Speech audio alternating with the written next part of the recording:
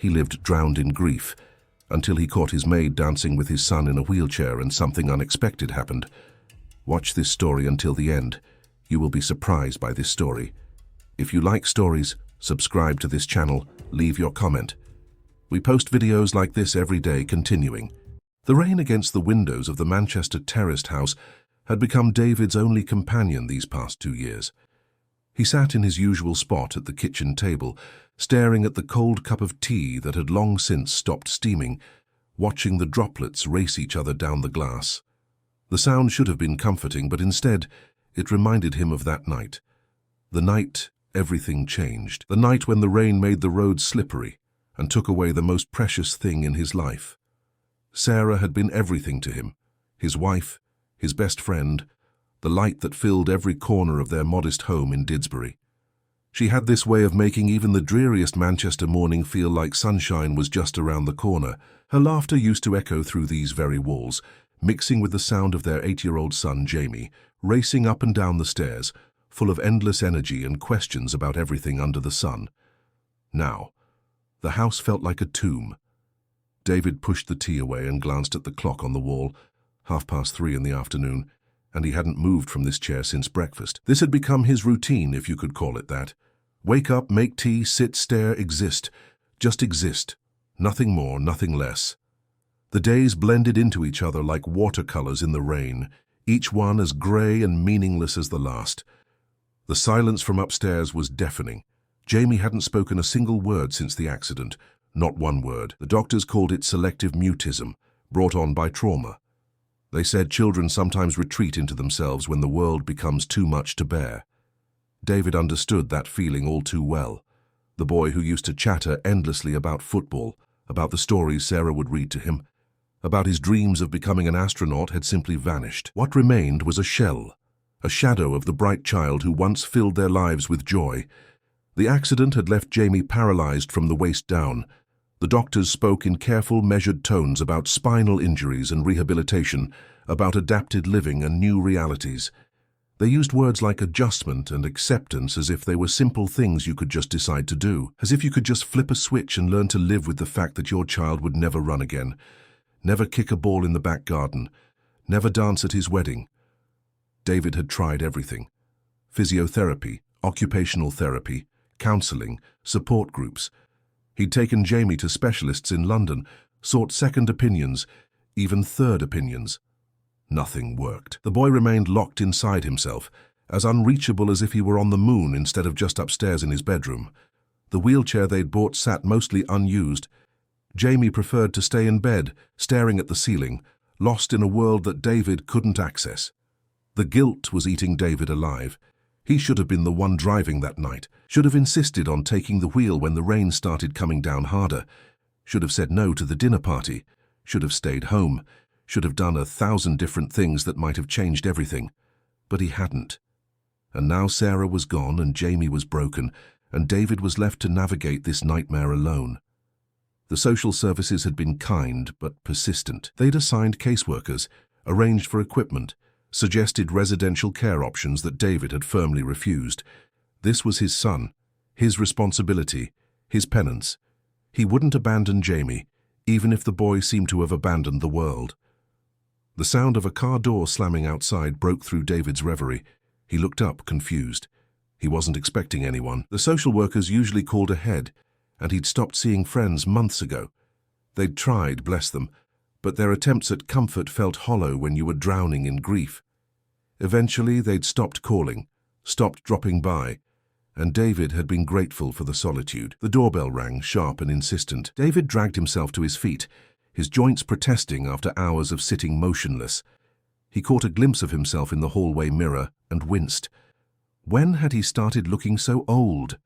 His dark hair was graying at the temples, his face gaunt and lined with worry. At 42, he looked like he'd aged a decade in the past 2 years. He opened the door to find a young woman standing on his doorstep, shaking droplets from a bright yellow umbrella. She was probably in her late 20s, with warm brown eyes and a genuine smile that seemed to light up the dreary afternoon. Her auburn hair was pulled back in a practical ponytail, and she wore a navy blue cardigan over dark jeans. There was something immediately approachable about her, something that made David think of warm kitchens and homemade biscuits. "Mr. Morrison?" she asked, her voice carrying a soft northern accent. "I'm Emma Walsh from Helping Hands Care Agency. I believe you're expecting me." David frowned, his mind struggling to process this information. "I'm sorry, I think there's been a mistake. I didn't request any services." Emma's smile didn't waver. "Your caseworker, Mrs. Peterson, arranged for me to come by, just for an assessment, to see if there's anything we can do to help you and Jamie." She paused, studying his face with those perceptive brown eyes. "May I come in? It's absolutely bucketing it down out here." David hesitated. He didn't want help. He didn't want strangers in his house, disrupting the careful routine he'd built around his grief. But something about Emma's presence made it difficult to say no. Maybe it was the way she'd said Jamie's name, not with the careful pity he'd grown used to from professionals, but with genuine warmth. "I suppose," he said reluctantly, stepping aside to let her in. Emma stepped into the hallway, her eyes quickly taking in the surroundings. David saw his home through her eyes and felt a flush of embarrassment. The once cheerful house Sarah had decorated with such love now looked neglected and sad. Dust motes danced in the afternoon light, and there were unwashed dishes visible through the kitchen doorway. It was clean enough, but it lacked life, lacked the care and attention that had once made it a home. "Thank you," Emma said, folding her umbrella and looking around with what seemed like professional interest rather than judgment. "Mrs. Peterson mentioned that you and Jamie have been managing on your own since the accident. That takes tremendous strength." David nearly snorted. Strength? He felt like the weakest man alive. "We're managing," he said curtly. "I'm sure you are," Emma replied gently. "But everyone needs a bit of help sometimes. That's not weakness, Mr. Morrison. That's just being human." They stood in the hallway for a moment, the rain drumming against the windows filling the silence. David found himself studying Emma's face, struck by something he couldn't quite identify. There was kindness there, yes, but also a kind of determined optimism that he hadn't seen in anyone for a very long time. "Would it be possible to meet Jamie?" Emma asked eventually. David's jaw tightened. "He doesn't speak to anyone. Hasn't said a word in 2 years. The doctors, the therapists, they've all tried. Nothing works." "I understand," Emma said, and somehow David believed she did. "I don't need him to speak to me. Sometimes just being present is enough." Despite every instinct telling him to send this woman away to protect the fragile equilibrium he and Jamie had built, David found himself nodding. "He's upstairs, but I'm warning you, he won't respond. He barely acknowledges I'm there most days." Emma followed him up the narrow staircase, her footsteps quiet on the worn carpet. The house seemed to hold its breath as they approached Jamie's room. David paused outside the door, his hand on the handle, suddenly terrified of what Emma would see, what she would think. "Jamie," he called softly, "there's someone here who'd like to meet you."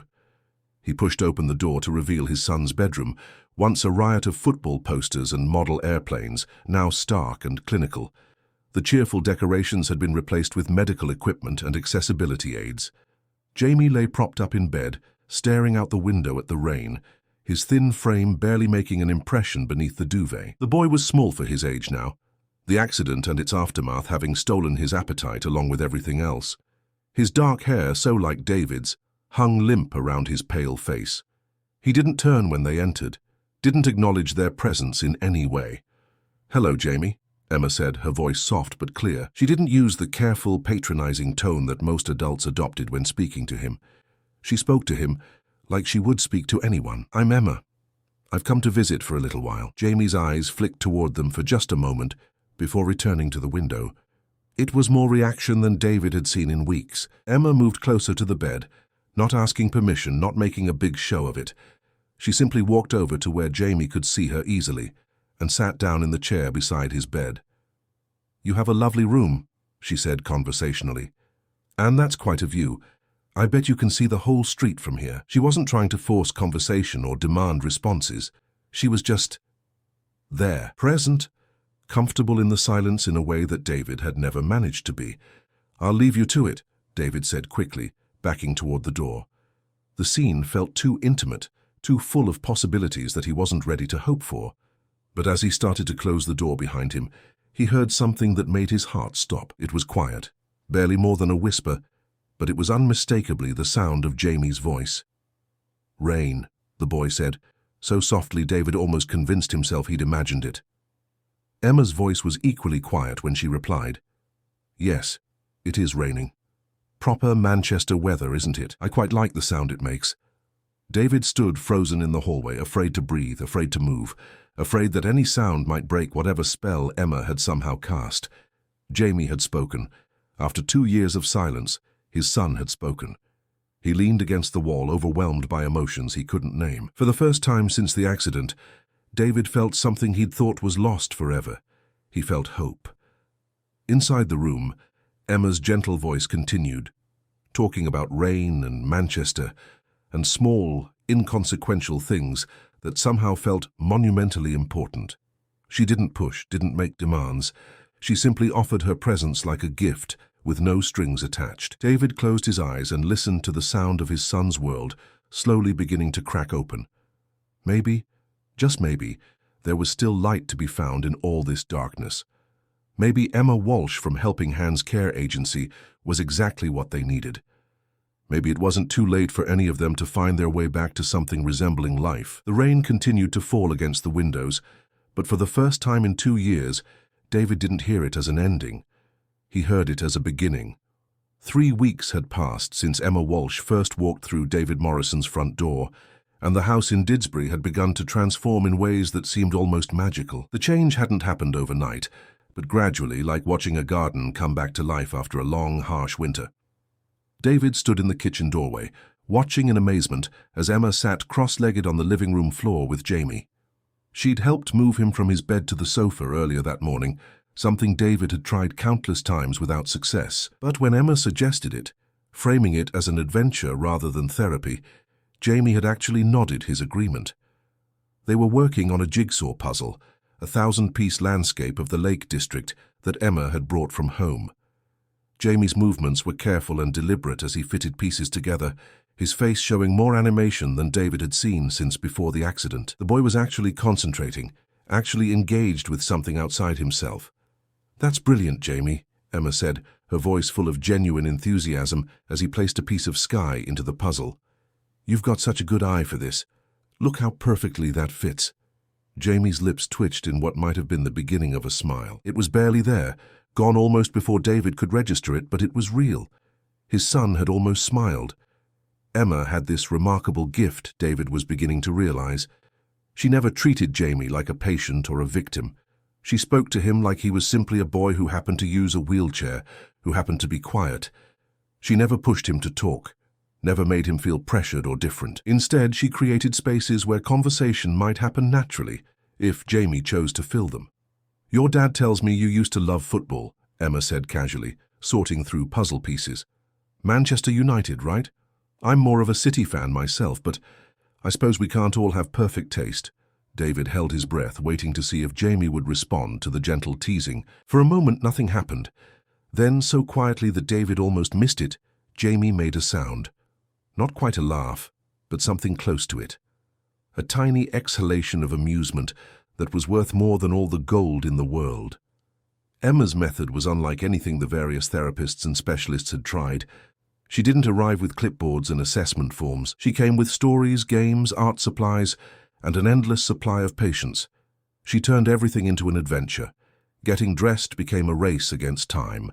Eating breakfast became a taste-testing expedition. Moving from room to room became a journey to different countries. The first real breakthrough had come during her second week. David had been washing dishes, listening to the low murmur of Emma's voice from the living room as she told Jamie about her weekend trip to the seaside. She was describing the seagulls, making their cries and flapping her arms dramatically when he heard it. Laughter. Actual, genuine laughter from his son. David had nearly dropped the plate he was holding. He'd gripped the edge of the sink, overwhelmed by the sound he'd thought he might never hear again. Jamie's laughter, light and musical, exactly as he remembered it. In that moment, something deep inside David's chest had cracked open, letting in the first real breath he'd taken in 2 years. Emma never made a big deal about these moments of progress. She celebrated them quietly, naturally, as if they were expected rather than miraculous. It was this approach that David suspected was making all the difference. Jamie didn't feel like he was performing or failing. He was simply being allowed to be himself at his own pace. "Mr. Morrison," Emma called from the living room, interrupting his thoughts. "Would you like to join us? Jamie's just started telling me about this puzzle piece that looks like a dragon." David's heart skipped. Jamie was talking? He walked into the living room to find his son holding up an oddly shaped piece of green landscape, his face more animated than it had been in years. "It does look like a dragon," David said, settling onto the sofa beside Jamie. "What do you think, mate? Friendly dragon or scary dragon?" Jamie studied the piece seriously, turning it this way and that. "Friendly," he said finally, his voice soft but clear. "Friendly dragons are better." Emma's eyes met David's over Jamie's head, and he saw his own wonder reflected there. She'd done something that all the specialists, all the experts, all the well-meaning professionals had failed to do. She'd given them back their son. But it wasn't just Jamie who was changing. David found himself looking forward to Emma's visits in a way that surprised him. Her presence had brought something back to the house that he'd forgotten existed. Warmth, laughter, the simple pleasure of human connection. Emma was easy to talk to. During Jamie's rest times, she'd sit with David in the kitchen, sharing cups of tea and conversation that flowed as naturally as breathing. She told him about her work, about the other families she'd helped, about her little flat in Chorlton, where she lived with a ginger cat named Biscuit. "I got into care work after my dad had a stroke," she told him one afternoon, stirring sugar into her tea. "Mum tried to manage on her own, but it was too much. I was working in marketing then, completely stressed all the time, rushing around thinking I was terribly important. But watching the carers who came to help Dad, seeing how they could make such a difference just by being present, by caring, it changed my perspective entirely." "What happened to your father?" David had asked gently. "He recovered well, actually. Took time, but he's back to causing trouble for my mum and anyone else who'll listen to his stories." Emma's smile was fond. "But those months taught me something. Sometimes the most powerful thing you can offer someone isn't expertise or advice, it's just showing up. Being there, believing they can find their way back to themselves." David had understood exactly what she meant. Emma had shown up for them in a way that went beyond professional duty. She genuinely cared about Jamie, about both of them, and it showed in everything she did. The house itself seemed to respond to Emma's presence. David found himself tidying up before her visits, opening windows to let in fresh air, even attempting to cook proper meals again. He'd started sleeping better, the crushing weight of despair that had settled on his chest beginning to lift for the first time since the accident. One morning, he woke to the sound of music drifting from downstairs. Real music, not the silence that had filled the house for so long. He followed the sound to find Emma and Jamie in the living room, Emma's portable speaker playing something upbeat while they worked on an art project together. Jamie was painting, his watercolors bright and bold against white paper. The subject was abstract, swirls of blue and green and yellow that seemed to dance across the page. His face was concentrated but peaceful, lost in the act of creation. "That's beautiful, Jamie," David said, genuinely meaning it. "What are you painting?" "The rain," Jamie replied without looking up. "But happy rain, the kind that makes flowers grow." Emma caught David's eye and smiled. "Jamie's been telling me about different kinds of rain. Sad rain, angry rain, thinking rain. We decided to paint the happy kind." David felt his throat tighten with emotion. His son was not just speaking but expressing complex thoughts, creating something beautiful. It was more progress than he dared hope for. As the days passed, David began to see glimpses of the boy Jamie had been before the accident. Not the same, perhaps, but recognizably himself. He made jokes, asked questions, showed interest in the world around him. He'd started using his wheelchair more often, allowing Emma to take him outside for short trips around the neighborhood. The transformation in Jamie was remarkable, but David was changing too. He found himself laughing again, actually laughing at Emma's stories and Jamie's observations about the world. He started cooking proper meals, caring about his appearance, thinking about a future that stretched beyond just surviving each day. "You know," Emma said one evening as they watched Jamie work on his latest art project, "he's going to be ready to think about school soon. Maybe not right away, but in a few months. There are some wonderful programs for children with mobility challenges." The suggestion should have terrified David, but instead he found himself considering it. Jamie was becoming social again, curious about learning.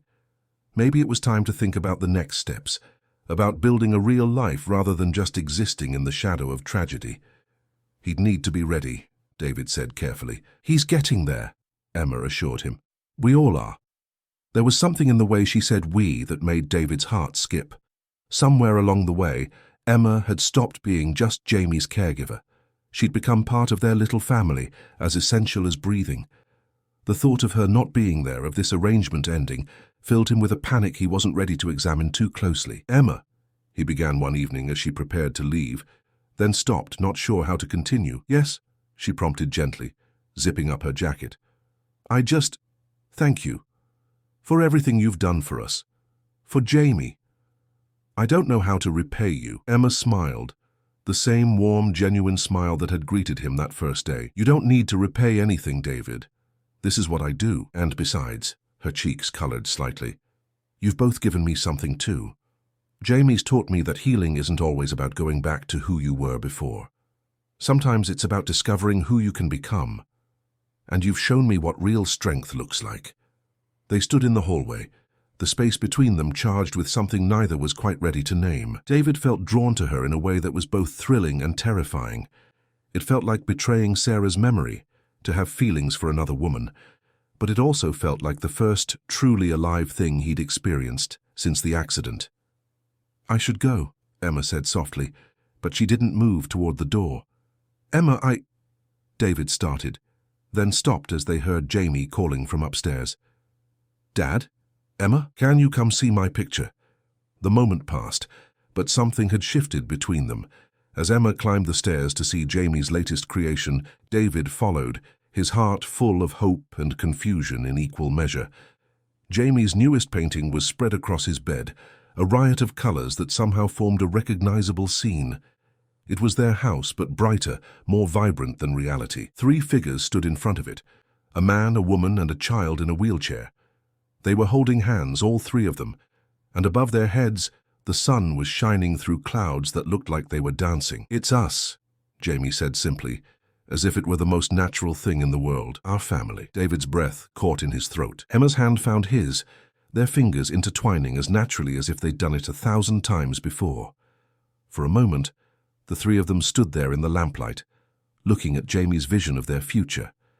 And David allowed himself to believe that happiness might actually be possible again. Outside, the Manchester rain continued to fall, but inside the house in Didsbury, something beautiful was blooming. Something that felt suspiciously like hope, like healing, like the beginning of a love story that none of them had dared to imagine. They were a family now, David realized with a start. Not the family he'd planned, not the family he'd lost, but a family nonetheless. Emma had given them back to themselves and to each other, and in the process had somehow become essential to their happiness. It was almost too perfect, too good to be true. And perhaps, if David had been thinking more clearly, that thought might have worried him.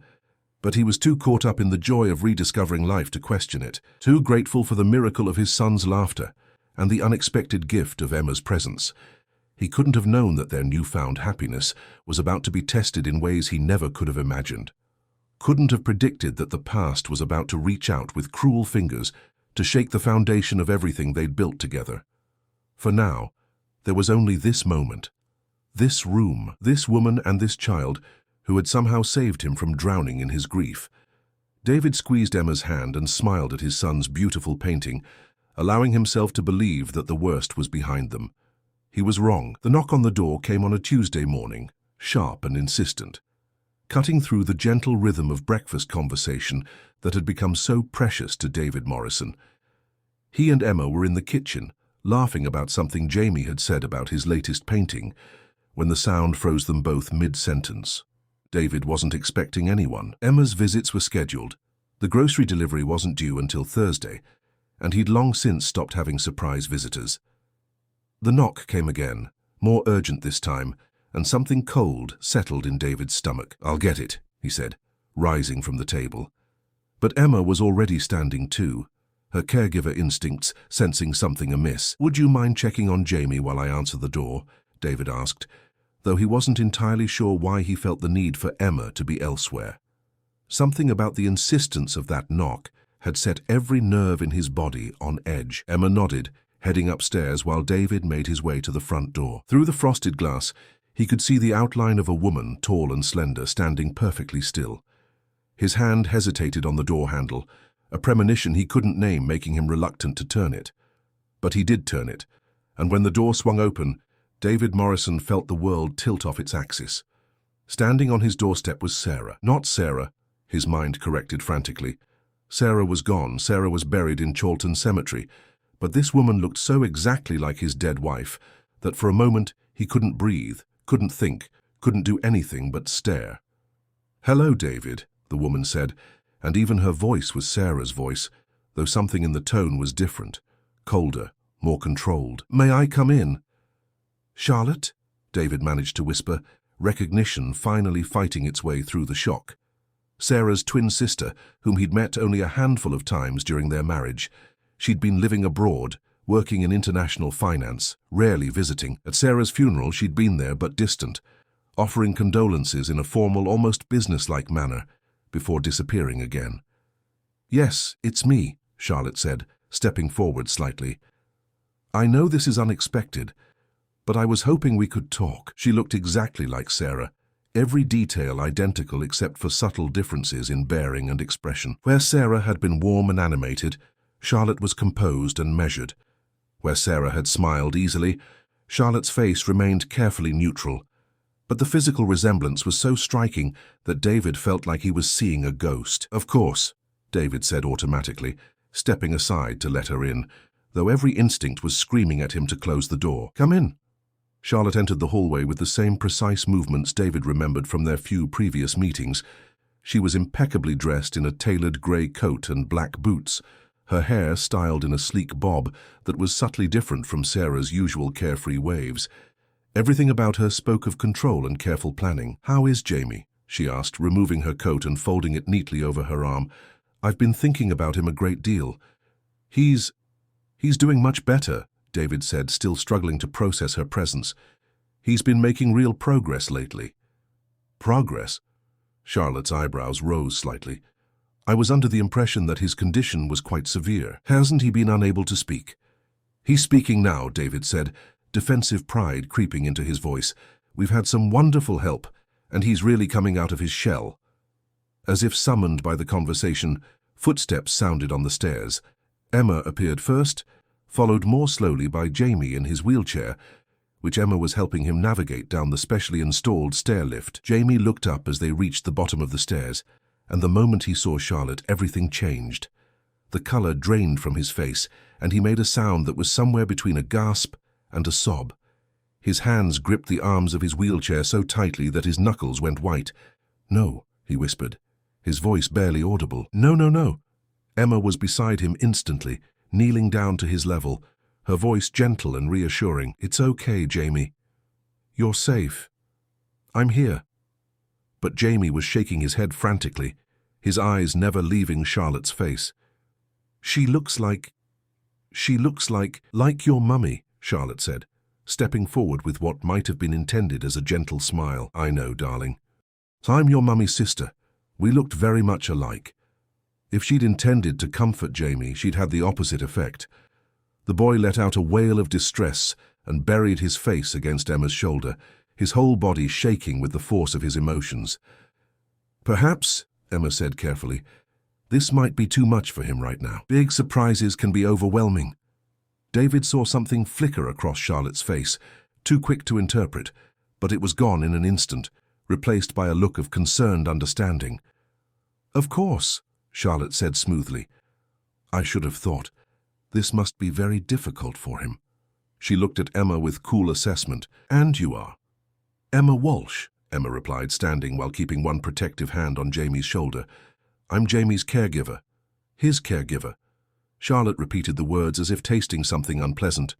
"I see. And have you been working with the family long?" "About a month now," Emma said, meeting Charlotte's gaze steadily. "Jamie's made wonderful progress." "So David mentioned." Charlotte's smile didn't reach her eyes. "How nice that you've been able to help. Though, of course, now that I'm here, we'll need to reassess the situation." Something cold crept down David's spine at her words. "Reassess?" "Well, naturally," Charlotte said, as if it were obvious. "I am family, after all. Jamie's aunt, I have a responsibility to ensure he's receiving the best possible care. Emma's jaw tightened almost imperceptibly. Jamie is receiving excellent care. He's thriving. I'm sure you believe that, Charlotte said, her tone suggesting she thought otherwise. But trauma cases can be very complex. Sometimes what appears to be progress is actually something quite different. David felt torn between loyalty to Emma, who had worked such miracles with Jamie, and confusion about Charlotte's sudden reappearance in their lives. Charlotte, I appreciate your concern, but Emma has been incredible. She's given us our lives back. Has she? Charlotte asked, tilting her head slightly. Or has she simply created a dependency? Jamie seems rather attached to her. As if to prove her point, Jamie clung more tightly to Emma, his face still hidden against her shoulder. Emma's hand moved protectively to the back of his head. Building trust with a traumatized child takes time, Emma said, her voice remaining professional despite the obvious tension. Jamie needs to feel safe before he can heal. Naturally, Charlotte agreed. But surely you must be concerned about creating an unhealthy attachment. What happens when your services are no longer needed? The question hung in the air like a challenge. David looked between the two women, sensing an undercurrent he didn't fully understand. Emma's face had gone pale, and Jamie was making small, distressed sounds against her shoulder. Perhaps, David said carefully, we should let Jamie rest. This has been a lot for him to process. Of course, Charlotte said immediately. Poor little one. Why don't you take him upstairs and David and I can have a proper chat? David noticed that she didn't suggest Emma take Jamie upstairs. It was a subtle thing, but it felt deliberate, like Charlotte was already beginning to exclude Emma from family decisions. Emma seemed to notice it too.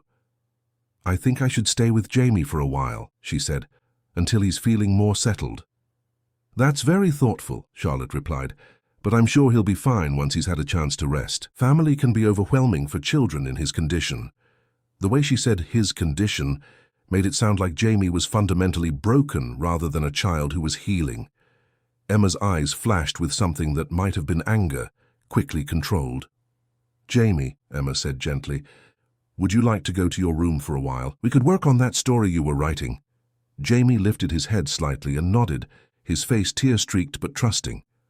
Emma began to wheel him toward the stairlift, but Charlotte's voice stopped them. What story? She asked, and there was something sharp in her tone despite the casual question. Jamie's been writing about his experiences, Emma explained. It's part of his healing process. How interesting, Charlotte said. And what sorts of things does he write about? Emma hesitated, clearly sensing danger but not sure why. Just his feelings, his memories. It helps him process things. I'd very much like to read it, Charlotte said. As his aunt, I'm naturally concerned about his psychological state. That's really between Jamie and his therapists, Emma said firmly. Of course, Charlotte agreed, but her smile was cold. Though I do think family should be kept informed about these things, don't you, David? David felt trapped between them, sensing that his answer would have consequences he couldn't predict. We can discuss it, he said finally, hating how diplomatic he sounded. Emma's face shuttered, professional mask falling into place. I'll get Jamie settled, she said quietly, and David heard disappointment in her voice. As Emma helped Jamie onto the stairlift, Charlotte moved closer to David. Up close, the resemblance to Sarah was even more unsettling. She even wore the same perfume Sarah had loved, something floral and light that brought back a rush of memories so vivid they were painful. She seems very involved, Charlotte said quietly, watching Emma disappear upstairs with Jamie. She's been wonderful, David said, though he could hear the defensiveness in his own voice. I'm sure she has, Charlotte replied. But David, don't you think it's a little concerning how dependent Jamie has become on her? What happens when she moves on to her next case? The question hit uncomfortably close to fears David had been trying not to acknowledge. Emma wouldn't be with them forever. Her agency would eventually reassign her, and then what? How would Jamie cope? She's not going anywhere right now, David said. But she will eventually, Charlotte pressed. And in the meantime, is it healthy for Jamie to be so attached to someone who isn't family, someone who doesn't really know him the way we do? There was something insidious about the way she phrased it, making David's growing feelings for Emma sound inappropriate and damaging, making their family unit seem artificial and temporary. Emma does know Jamie, David said, but his voice lacked conviction. She knows the Jamie he is now, Charlotte corrected. But she didn't know him before. She doesn't understand the full picture of what he's lost. From upstairs came the sound of Emma's voice, gentle and encouraging, talking to Jamie about something that made the boy laugh. The sound should have filled David with joy, but now, with Charlotte's words poisoning the air, it somehow felt different, forced, temporary. "I've been thinking," Charlotte continued. "Perhaps it's time for Jamie to have more consistent support, family support." "What do you mean?" David asked, though he was afraid he already knew. "I mean that I'm here now," Charlotte said simply. "I can help. I can be the stable female presence Jamie needs. Someone who isn't going to leave when her job is done." The offer should have been welcome. Jamie did need stability, needed family. But something about Charlotte's presence felt wrong, felt like a threat to the fragile happiness they'd built. "I appreciate the offer," David said carefully, "but we're managing well with Emma." Charlotte's expression didn't change, but something flickered behind her eyes. "Of course you are, for now. But David, think about the long term. Think about what's best for Jamie." She moved closer, and suddenly David was drowning in memories. Charlotte looked so much like Sarah, sounded so much like her, that for a moment he could almost pretend his wife had come back to him. The longing was so sharp, it was physical pain. "I know how hard this has been for you," Charlotte said softly, her hand coming up to touch his arm. "Raising Jamie alone, dealing with your grief, trying to be strong for him. You don't have to do it alone anymore." Her touch burned through his shirt sleeve, and David found himself leaning toward her despite every rational thought telling him to step away. She smelled like Sarah, looked like Sarah, and God help him. Part of him wanted to pretend just for a moment that Sarah had come home. "Charlotte," he began, his voice rough with emotion. "I know," she whispered. "I know how much you miss her, how much you both miss her. But I'm here now. I can help you remember the good times, help Jamie remember his mother." Upstairs, Emma's laughter mixed with Jamie's, the sound of genuine joy and healing. But down here in the hallway, with Charlotte's hand on his arm and Sarah's perfume filling his senses, David felt like he was drowning all over again. "I should check on Jamie," he said, pulling away from her touch. "Of course," Charlotte agreed. "But David, please think about what I've said. I'm not going anywhere. I'm family. That has to count for something." As David climbed the stairs toward the sound of his son's laughter, Charlotte's words echoed in his head. She was family. She wasn't going to leave. She looked exactly like the woman he'd loved and lost. But as he reached the top of the stairs and heard Emma's gentle voice helping Jamie work through his feelings about the unexpected visitor, David realized that what Charlotte was offering wasn't what he wanted anymore. What he wanted was this: Emma's patient guidance, Jamie's growing confidence, their quiet moments together that felt like healing. The question was whether Charlotte was going to give them a choice in the matter. And something in her cool, assessing gaze when she looked at Emma suggested that she wasn't. Trouble had walked through their door wearing Sarah's face, and David had no idea how to protect the fragile family they'd built from the storm that was coming. The transformation that had taken place in the Morrison household over the following 2 weeks was not the kind that brought healing. Instead, a subtle poison had seeped into every corner of their once peaceful home, turning warmth into suspicion and joy into anxiety. Charlotte had moved into the guest room with an efficiency that suggested she'd been planning it all along. She'd arrived one morning with suitcases, explaining to David that her hotel had become uncomfortable and that surely it made sense for family to stay together. Her presence was constant now, a perfectly manicured shadow that followed Emma's every move with calculating eyes. "I'm just concerned about consistency," Charlotte would say whenever David questioned her suggestions. "Jamie needs routine, stability. All these different approaches must be terribly confusing for him." She never directly criticized Emma, never made accusations or demands. Instead, she used subtlety like a scalpel, making observations that sounded reasonable on the surface, but left doubt festering underneath. "Emma seems so emotionally invested," she'd mentioned over dinner one evening, her voice full of apparent concern. "Of course, that shows she cares, but don't you worry about professional boundaries? Children can sense when adults are using them to fulfill their own emotional needs." David had looked across the table at Emma, who had gone very still, her fork suspended halfway to her mouth. The suggestion was horrible and unfair, but Charlotte delivered it with such gentle concern that it was impossible to argue against without seeming defensive. Emma was fighting back, but she was fighting a battle she didn't fully understand. She could see what was happening, could feel Charlotte's influence spreading through the house like frost, but every attempt she made to address it directly was met with Charlotte's perfect, innocent confusion. "I'm not sure what you mean," Charlotte would say when Emma tried to confront her about undermining her work with Jamie. "I'm simply trying to be helpful. Families should support each other, shouldn't we?" The worst part was Jamie. The boy was regressing, becoming withdrawn and anxious again. He still responded to Emma, still smiled when she worked with him, but there was a wariness in his eyes that hadn't been there before. Charlotte's presence clearly distressed him. But when David asked about it, Jamie would just shake his head and retreat further into himself. Emma had begun staying later, arriving earlier, as if she could protect Jamie through sheer force of presence. David was grateful for her dedication, but he could see the toll it was taking on her. She looked tired, strained, and there were dark circles under her eyes that spoke of sleepless nights. "You don't have to do this," David told her one evening as she prepared to leave. Charlotte had retired early, claiming a headache, and for the first time in days they had a moment alone. "Yes, I do," Emma replied quietly, zipping up her jacket with hands that trembled slightly. "Something isn't right, David. I can feel it." "Charlotte is just protective," David said, but even as he spoke the words, they felt hollow. "She's family." Emma turned to look at him, and he saw something in her eyes that made his chest tighten. "Being family doesn't automatically make someone safe," she said gently. "And, David, there are things about Charlotte's story that don't add up." "What do you mean?"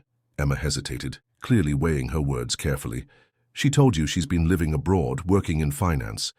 But I've been wondering about some things, little inconsistencies in the things she says." David felt a flicker of irritation. "Emma, I know you and Charlotte haven't exactly warmed to each other, but that doesn't mean—" "This isn't about personalities," Emma interrupted, her voice stronger now. "David, when was the last time Charlotte actually contacted you? Before she showed up here, I mean. When was the last time she called or wrote to check on Jamie?" The question hit him like a physical blow, because he realized, with horrible clarity, that he couldn't remember Charlotte ever calling. Not once in the 2 years since the accident. She'd sent a card after the funeral, formal and brief, but nothing since. "She's been busy," he said weakly. "Has she?" Emma asked. "David, I need to ask you something, and I need you to really think about your answer. That night, the night of the accident, was Charlotte supposed to meet you somewhere? Was there any reason she might have been in Manchester?"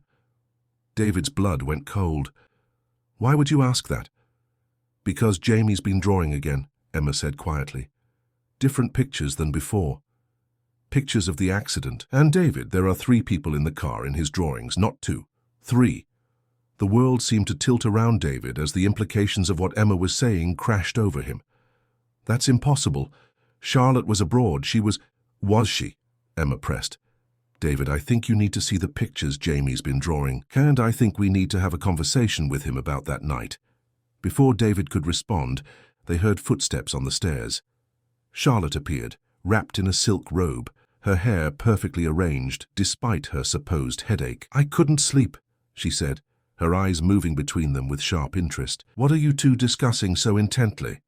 "Nothing important," David said quickly, but Emma stepped forward. "We were talking about the night of the accident," Emma said, her voice steady despite the danger David could sense crackling in the air. "About whether there might have been anyone else who saw what happened." Something flickered across Charlotte's face, gone so quickly David almost missed it, but Emma had seen it too, and her body went very still. "What an odd thing to discuss," Charlotte said lightly. "Surely the police investigation covered everything thoroughly." "Did it?" Emma asked. "Because Jamie seems to remember things differently than the official report." Charlotte's smile never wavered, but her knuckles went white as she gripped the banister. "Children's memories can be terribly unreliable, especially after trauma. I'm sure the professionals have told you that." "They have," Emma agreed, "but sometimes children remember things adults prefer to forget." The tension in the hallway was suffocating.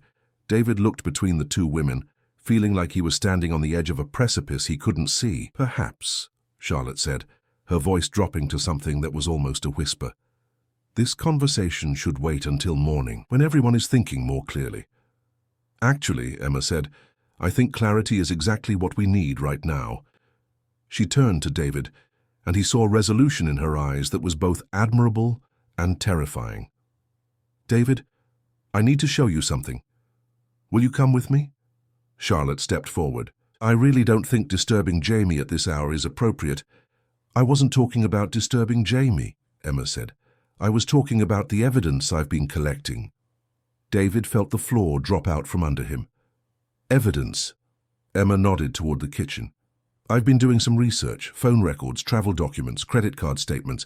Amazing what you can find if you know where to look." Charlotte's mask slipped for just a moment, revealing something cold and calculating underneath. "You had no right. I had every right to protect Jamie," Emma said firmly. "And David, you need to see what I found." They moved to the kitchen like sleepwalkers, Charlotte following with the predatory grace of a cat. Emma pulled a folder from her bag, spreading documents across the table with methodical precision. "These are hotel receipts from Manchester," she said, pointing to a series of papers. "Dated the week of the accident, paid for with a credit card in Charlotte's name." David stared at the papers, his brain struggling to process what he was seeing. "But she was abroad." "No, she wasn't." Emma's voice was gentle but implacable. "She was here. She was in Manchester the entire time." Charlotte had gone very still, her face alabaster pale in the kitchen lights. "You have no idea what you're talking about." "Don't I?" Emma pulled out another document. "Prescription records. Anti-anxiety medication, antidepressants, sleeping pills, all prescribed to you over the past 2 years, all picked up from pharmacies here in Manchester." The evidence was damning, irrefutable. Charlotte had been in Manchester all along, had been living somewhere nearby, watching them, perhaps planning this moment. "David," Charlotte said, her voice cracking for the first time, "please don't listen to her. She's trying to poison you against me. She wants to break up our family." "Our family?" Emma repeated, incredulous. "Charlotte, you disappeared for 2 years. You let David and Jamie suffer alone while you hid in the shadows. What kind of family is that?" "I couldn't," Charlotte began, then stopped, her careful composure finally cracking. "I couldn't face them. Not after—" "After what?" David demanded, standing up so quickly his chair scraped against the floor. "Charlotte, what really happened that night?" But before Charlotte could answer, a small voice from the doorway made them all freeze. "She was there." Jamie sat in his wheelchair, his pajamas rumpled from sleep, his dark eyes huge in his pale face. Behind him stood the stairlift he'd somehow operated by himself, suggesting he'd been listening for longer than any of them realized. "Jamie," David breathed, rushing to his son's side. "What are you doing up, mate?" "She was there," Jamie repeated, his voice stronger now, clearer than it had been since the accident. "In the car, with me and Mummy." Charlotte made a sound like a wounded animal. "Jamie, sweetheart, you're confused." "No." Jamie's voice cracked like a whip, and for the first time in 2 years, he sounded like the strong, brave boy he'd been before the accident. "I remember now. Emma helped me remember. You were fighting with Mummy, shouting at her." Tears were streaming down his face, but he continued with devastating clarity. "You said it wasn't fair, that everything should have been yours, that she took everything away from you." "Jamie, please." Charlotte started forward, but Emma moved protectively in front of the boy's wheelchair. "Let him speak," Emma said firmly. "You grabbed the wheel," Jamie continued, his voice breaking with sobs. "Mummy tried to stop you, but you were so angry. You pulled the car off the road and then—" He couldn't finish, collapsing into tears that seemed to come from the deepest part of his soul. But he'd said enough, more than enough.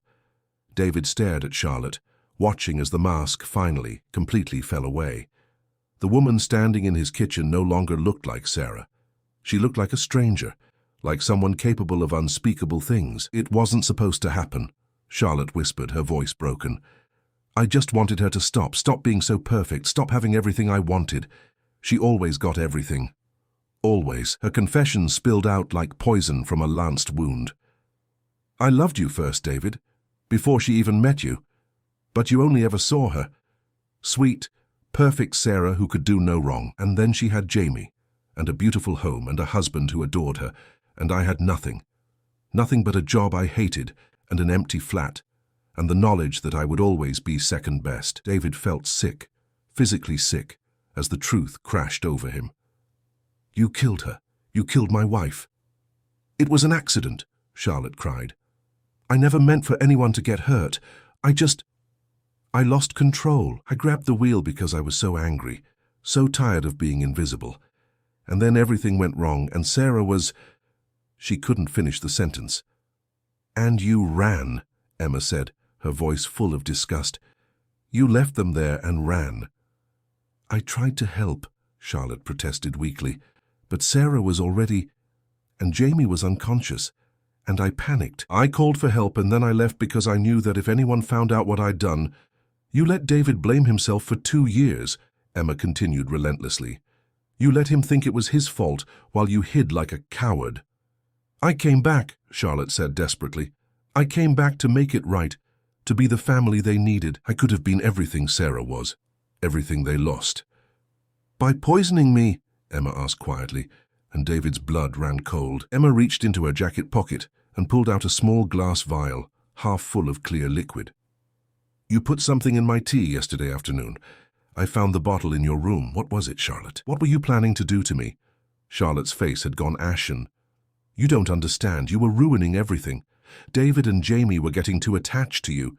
They needed to see that you weren't permanent, that I was the one who would stay. So you decided to make me sick, to make it look like I was unstable, unreliable." "I just wanted you to leave," Charlotte burst out. "This is my family, my chance to have what Sarah had. You had no right to come here and take it away from me." The kitchen fell silent, except for Jamie's quiet sobbing and the sound of Charlotte's ragged breathing. David looked at this woman who wore his wife's face, who had destroyed his family, and then returned to try to steal what was left of it, and felt a rage so pure it was almost cleansing. "Get out," he said quietly. "David, please, get out," he roared, his voice echoing off the kitchen walls. "Get out of my house. Get out of our lives. I never want to see you again." Charlotte looked around the kitchen desperately, perhaps hoping to find some sympathy, some possibility of salvaging her plan. But all she found was Emma's protective stance over Jamie, the boy's terrified but resolute face, and David's implacable fury. "I loved her too," Charlotte whispered brokenly. "She was my sister, my twin. I loved her, and I lost her, and I've been dying inside ever since." "Then you should have gotten help," Emma said firmly. "You should have faced what you did and tried to make amends. Instead, you chose to make everyone else suffer." Charlotte nodded slowly, as if finally understanding the magnitude of what she'd done. "I'll leave," she said quietly. "But David, what are you going to tell the police? What are you going to do?" David looked down at Jamie, who had stopped crying and was watching him with trust and hope in his young eyes. He looked at Emma, who had risked everything to protect them, who had brought light back into their darkness. And he thought about Sarah, about the justice she deserved, and the peace they all needed. "We're going to tell the truth," he said finally. "All of it. And then we're going to heal, really heal this time." Charlotte nodded again and walked out of the kitchen with the measured steps of someone walking to their execution. They heard her moving around upstairs, packing, and then the front door closed with a finality that seemed to release all the tension from the house. Emma knelt beside Jamie's wheelchair, taking his small hands in hers. "You were so brave," she told him softly. "So incredibly brave. Your mummy would be so proud of you." Jamie looked up at her with eyes that were clearer than they'd been in years. "Emma, are you going to leave now? Now that the truth is out?" Emma glanced at David, and he saw his own hopes reflected in her face. "Do you want me to stay, Jamie?" "Yes," Jamie said immediately. "We need you, don't we, Dad?" David moved to stand beside them, his hand coming to rest on Emma's shoulder. "We do need you," he said quietly, "not as Jamie's caregiver, as family." Emma's eyes filled with tears, but they were tears of joy rather than sorrow. "I can't think of anywhere I'd rather be." 6 months later, David Morrison stood in the same cemetery where he'd buried his wife, but this time he wasn't alone. Emma stood beside him, her hand warm in his, while Jamie sat in his wheelchair between them. The headstone was covered in fresh flowers, including a drawing Jamie had made of the three of them together. The trial had been difficult, but also cathartic. Charlotte had pleaded guilty to causing death by dangerous driving and attempting to poison Emma. She'd been sentenced to 8 years in prison, but more importantly, the truth was finally out. Sarah's death hadn't been David's fault, hadn't been a random tragedy. It had been caused by someone's jealousy and rage, and while that was painful to accept, it was also liberating. Jamie was thriving now. He'd started at a new school that specialized in children with mobility challenges, and he was making friends, laughing, planning for a future. He still had difficult days, still grieved for his mother, but he no longer carried the weight of unspoken trauma. "I think Mummy would like Emma," Jamie said thoughtfully, looking up at the headstone. "Don't you think so, Dad?" David squeezed Emma's hand and smiled at his son. "I think your mummy would love Emma, and I think she'd be happy that we're happy." Emma had officially moved in with them 3 months earlier. It wasn't a rushed romance born of crisis, but a deep, steady love built on mutual respect, shared purpose, and the kind of partnership that made both of them better people. They were planning a small wedding for the following spring, with Jamie as the ring bearer. "Should we go home?" Emma asked gently. We have that casserole to finish making for dinner." "Yes," David said, taking one last look at Sarah's grave. "Let's go home." As they made their way back to the car, Jamie chattering about his plans for the weekend, David reflected on the journey that had brought them here. It hadn't been easy, and it certainly hadn't been what he'd planned, but it had led them to a happiness he'd never thought possible again. Sometimes he realized the most beautiful flowers grew in the places where the deepest pain had been. Sometimes healing came not from forgetting the past, but from facing it with courage and choosing love over fear. They were a family now, all three of them, bound not by tragedy but by choice, by the conscious decision to build something beautiful together, to honor the past while embracing the future. It was, David thought as he helped Jamie into the car and watched Emma smile at both of them, exactly what Sarah would have wanted for them all. They drove home through the Manchester streets, talking about ordinary things like dinner and homework and weekend plans. Behind them, the past rested in peace at last. Ahead of them, the future stretched bright with possibility. And in the car, surrounded by the two people he loved most in the world, David Morrison finally felt whole again.